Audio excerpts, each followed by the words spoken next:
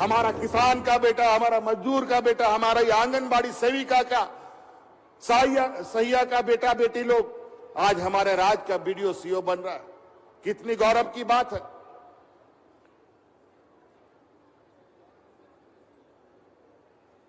हमारा ग्रामीण क्षेत्र में जो हमारे बच्चे पढ़ते हैं, उन सब बच्चों को आज के प्रतिस्पर्धा में, कंपटीशन को लेकर प्राइवेट स्कूलों के लिए चिंतित रहते हैं, लेकिन पैसा के अभाव में प्राइवेट स्कूल में जा नहीं पाते हैं।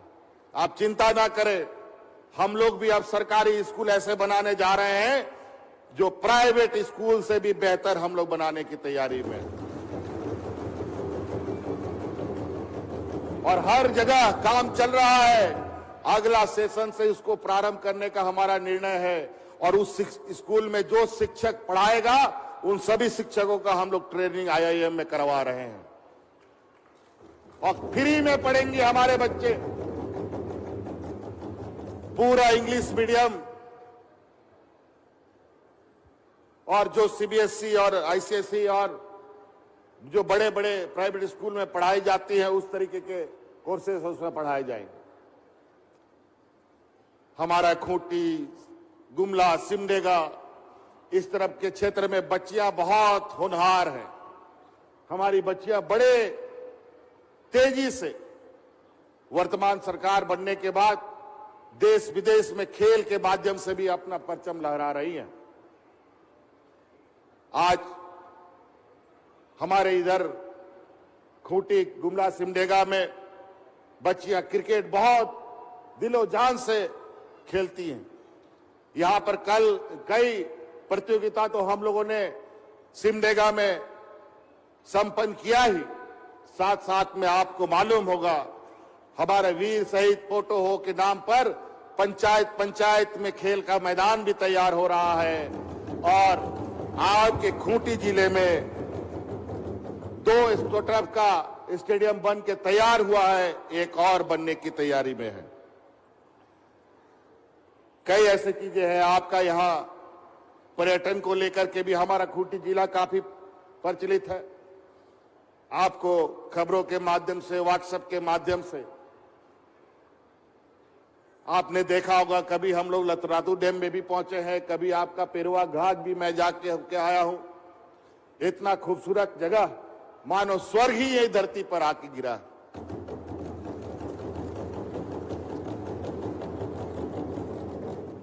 और आप चिंता मत कीजिए, इन सभी पर्यटक स्थलों को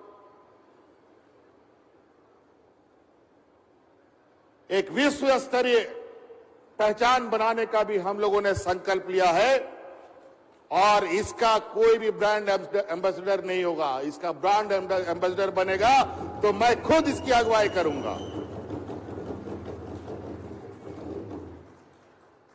यहां लोग लाखों रुपया खर्च करके कोई आसाम, कोई शिमला, कोई कुल्लू, कोई मनाली जाता है और इस धरती में ही इतनी प्राकृतिक खूबसूरतियां हैं जिसको खोजते खोजते, जिसमें टहलते घूमते आपके जीवन कट जाएंगे। आपको दूसरी जगह जाने का जरूरत ही नहीं पड़ेगा।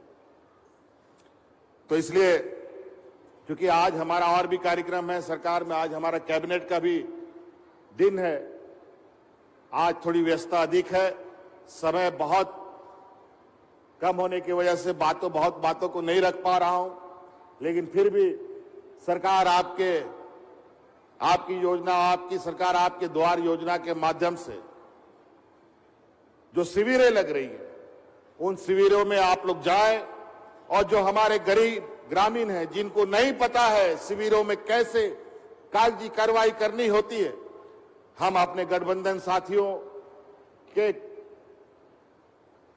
हमारे सदस्यगणों से, हमारे सदस्यों से कहेंगे कि आप ग्रामीणों को इसमें सहयोग करें और गांव शिविर में पहुंचाकर उनको लाभ दिलाने का काम करें। इसलिए अभी तो हम लोग किसान पाठशाला का उद्घाटन करके आए हैं। ये आदरणीय दिसोम गुरु शिबू सोरेन जी का सपना था कि हम एक ऐसे स्कूल का निर्माण करें जहां पर किसानों को पढ़ने के लिए, उनको बेहतर कृषि उत्पादन के लिए ज्ञान दिया जाए। लेकिन वो तो इस राज को दिलाने में अपनी एक उम्र काट दी। अब एक उम्र के पड़ाव में होने की वजह से और विगत 20 साल विरोधियों का इस राज में होने की वजह से हमारे लिए किसानों का भविष्य क्या होगा, इसके लिए कभी कोई चिंता नहीं की गई। आज इसीलिए उस किसान पाठशाला को पुनर्जीवित किया जा रहा है, जहां किसान अपने पैरों पर खड़े हो पाएंगे। किसान के बगैर जीवन जिंदगी नहीं चल सकता है। किसान है तभी जीवन है। आज आप पंजाब हरियाणा में जाकर के देखें कि किसानों की आय कितनी बड़ी हुई है, तो झारखंड के किसानों का क्यों नहीं हो सकता।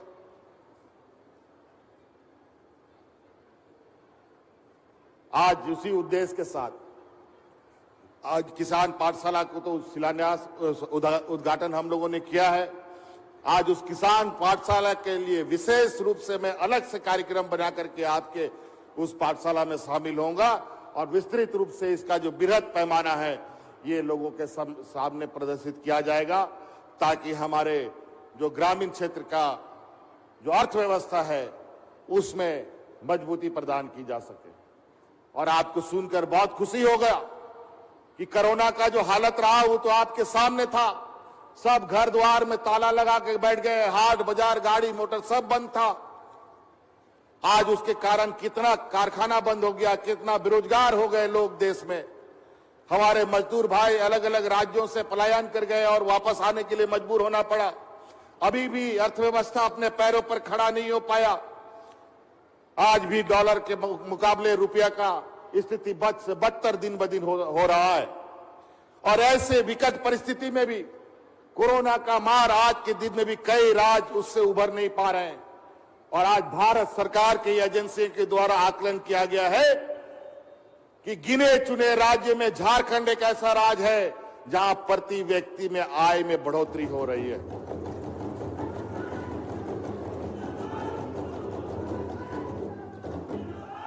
जहां हमारे विरोधियों का सरकार है वहां भी नहीं, अपने अर्थव्यवस्था अपने पैर पे खड़ा नहीं हो पा रहा है।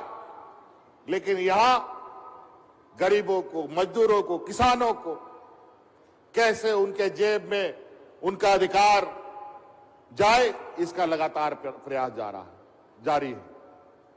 इसलिए बहुत ज्यादा नहीं कहते हुए मैं इन्हीं बातों के साथ अपनी बातों को समाप्त करना चाहूंगा। एक बार और आखिरी में मैं बात कहना चाहूंगा, विशेषकर हम अपनी महिलाओं से कहेंगे,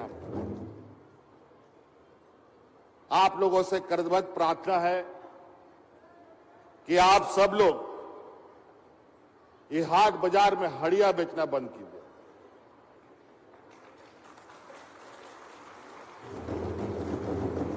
आप लोग जो माथा में हड़िया लेके जाते हैं, उस हड़िया के जगह माथा में सरकार के लिए योजना लेके जाइए। देखिए आपको कितना मान सम्मान और आय में वृद्धि होता है। आज इस हड़िया दारू के पीछे कई असामाजिक तत्व लग गए हैं, जिसके माध्यम से हमारे समाज को खराब करने में लगे हैं। आप उस बर्तन में सरकार की योजना ले जाइए। फूलो जानो आशीर्वाद योजना हम उन लोगों के लिए चला रखे हैं। आपको भी जिस तरीके का काम है वो काम करने के लिए आपके लिए सरकार ने दरवाजे खोल रखे हैं। तभी इस राज्य का बेहतर और जल्द से जल्द विकास की हम सपना दे सकते हैं। नहीं तो इसी के आड़ में कुछ ऐसे असामाजिक तत्व जो हमारी जानकारी में आया है, जो हमारे समाज को खोखला करने पे लगा है, अगर इससे बचना है तो हड़िया दारू को अब हमको हटिया में नहीं ले जाना है। इसको आप लोग विशेष रूप से गांठ बांध करके रखिए। हमारे आने वाली पीढ़ी को अगर सुरक्षित करना है तो हटिया से हड़िया दारू को भगाना है। ये पूजा त्योहार समारोह का समय का चीज है, ये हाट बाजार में बेचने का चीज नहीं था, लेकिन इसको धीरे धीरे लोगों ने दूसरा रूप दे दिया और हम गरीब मजदूर किसान मजबूरी में ये करते चले गए, गांव के लोग। लेकिन आज मजबूरी नहीं है। 20 साल जिन लोगों ने सरकार चलाया, उन लोगों ने ये मजबूर किया इस राज्य के लोगों को ये काम करने के लिए। लेकिन इसको उठा के बाहर फेंकिए, आपके लिए और कई योजनाएं हम आपके लिए रखे हैं, आप उसको लेकर के चलिए।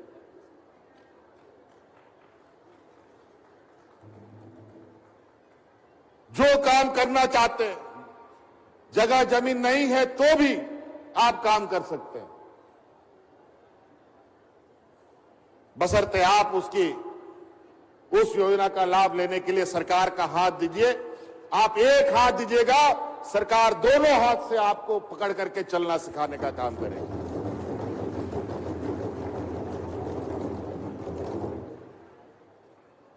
तो इसलिए ये मेरा आग्रह होगा, प्रार्थना होगा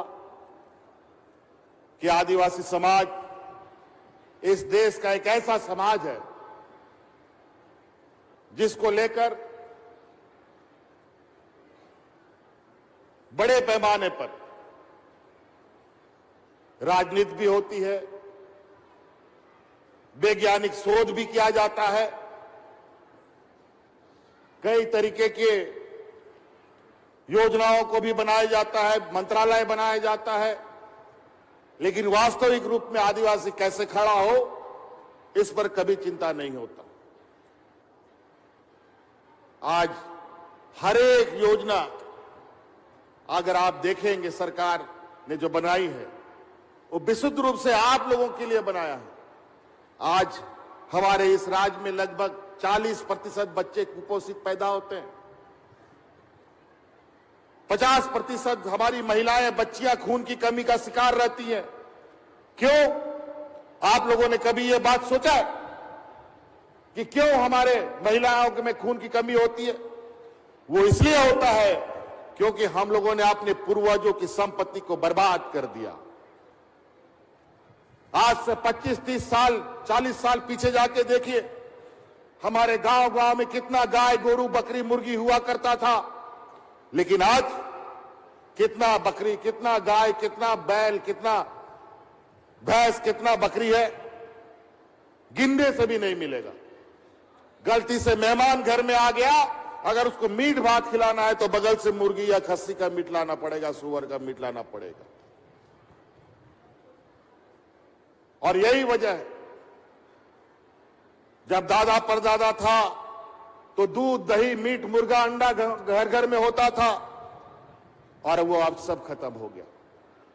आज पुनः हम लोगों ने मुख्यमंत्री पशुधन योजना आप लोगों के लिए लाया है कि हम अपने पूर्वजों का फिर वो व्यवस्था खड़ा करें और घर घर में दूध दही अंडा मुर्गा का व्यवस्था करें, ताकि हमारा आने वाला पीढ़ी मजबूती से पैदा हो।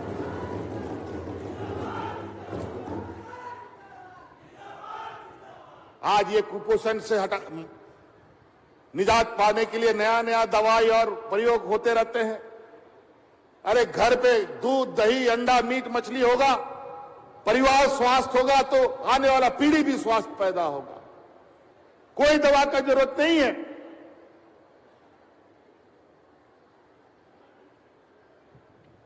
हम लोग का विरासत क्या है, हम लोग का संपत्ति क्या है? आदिवासी समाज के पास कौन सा बैंक में खाता भर भर के पैसा है, बोरा भर भर के आप लोग पैसा रखे हैं?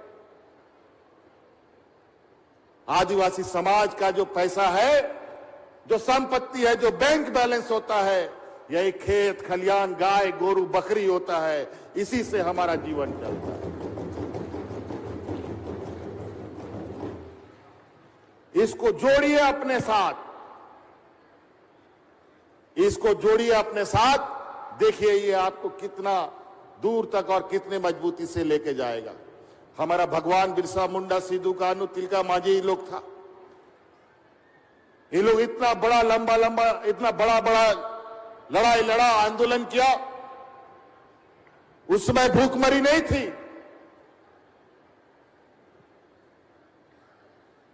उन लोगों ने अपनी इन्हीं संपत्तियों के बदौलत इतनी बड़ी बड़ी लड़ाइयां जीती है।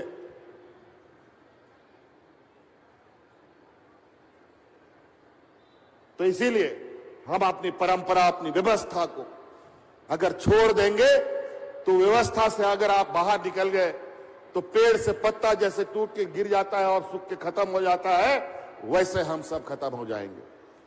इसलिए आप अपने जड़ों से जुड़े रहें और मजबूती से खड़े रहें और मजबूती प्रदान करें पूरे समाज को, आने वाली पीढ़ी को। इसीलिए मैं इन्हीं बातों के साथ अपनी बातों को समाप्त करना चाहूंगा। बहुत बहुत धन्यवाद सबको यहाँ आने के लिए। पुनः धन्यवाद। जोहार, जय हिंद, जय झारखंड। बहुत बहुत धन्यवाद। आदरणीय माननीय मुख्यमंत्री महोदय का आभार व्यक्त कीजिए जोरदार तालियों से। बहुत बहुत धन्यवाद आदरणीय माननीय मुख्यमंत्री महोदय।